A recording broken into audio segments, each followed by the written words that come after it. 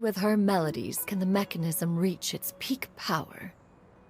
Whoa, Paimon can feel what you mean! Paimon's body feels light as a feather. It's as if she's lying down on a warm patch of grass after a super satisfying meal. And you, yuandai, is the mechanism helping you to relax? It appears she has already succumbed to the depths of reverie. Come, join one on this side. We shall give her some time to herself.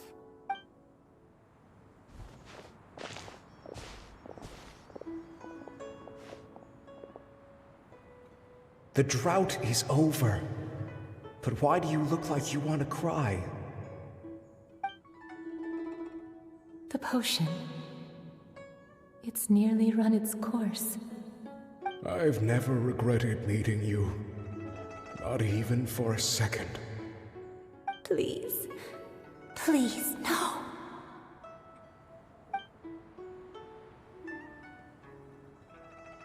Have you forgotten? This is the world you left behind. One of gentle breeze and morning dew, perfectly straddled betwixt the realms of heaven and earth. This is your home. This is where you belong. You should have never left.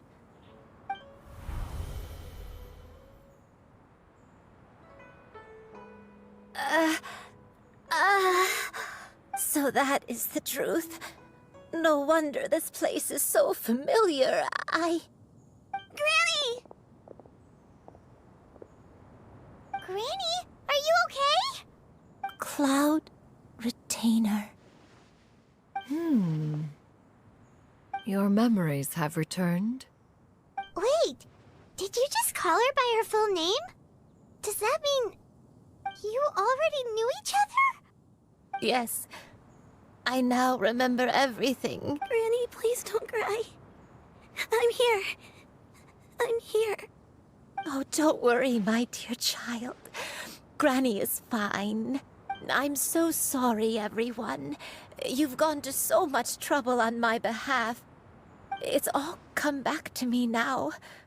The most important thing that I had forgotten was...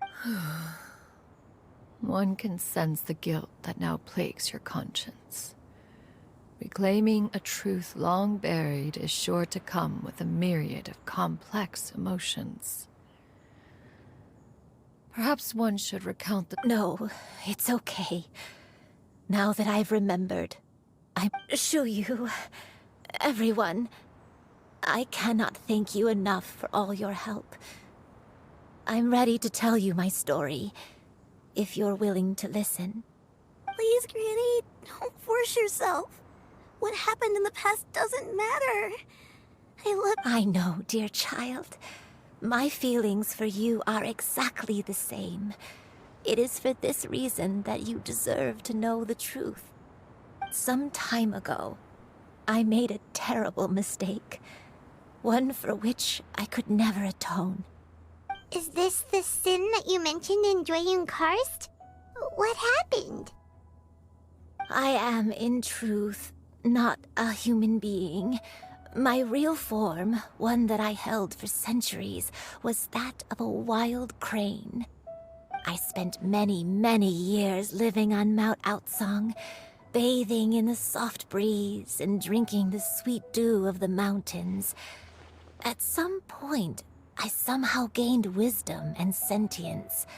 The Lord of the Mountain, Cloud Retainer, became aware of my existence and began to share many stories with me. She even passed on the secret of cultivation to me. Though she never took me on as a formal disciple, I always saw her as my master. Whenever she took out her tools to work on mechanisms or new inventions, I even contemplated completing my training and becoming an adeptus in my own right. I followed her teachings. 50 years ago? That's right. Master regaled me with many stories of her past deeds. From them, I learned how she had saved people from a similar crisis in the past. She was the one I looked up to the most. More than anything, I dreamt of becoming an adeptus like her. I wanted to travel the land like she had, relieving suffering wherever I went.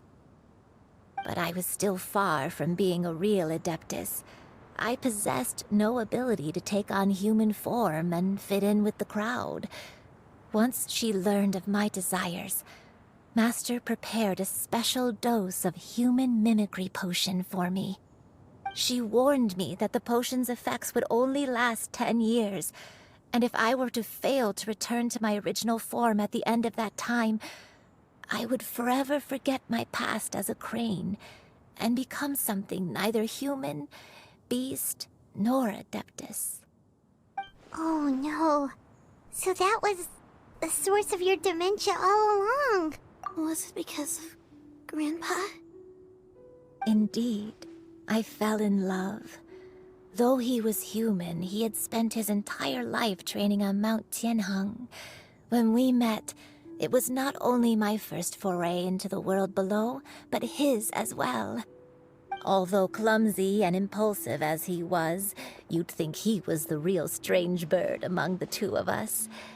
But still, just like me, he cared deeply about the world and wanted, more than anything, to cleanse it of all pain and suffering. I could not help but fall for him. But my time continued to tick away. Those 10 years passed by in a flash. Yet I did not want to leave his side, so Oh no. What happened next? I committed an offense. I wanted to stay with him, even if it meant living a life full of pain and suffering, even if it meant that I would eventually turn into a monstrosity. I knew I had betrayed Master's hopes, but I was too ashamed to face her. So I wrote her a long letter instead and asked someone to leave it outside her abode. I was convinced that she would not support my decision, and I lacked the courage to speak to her face to face.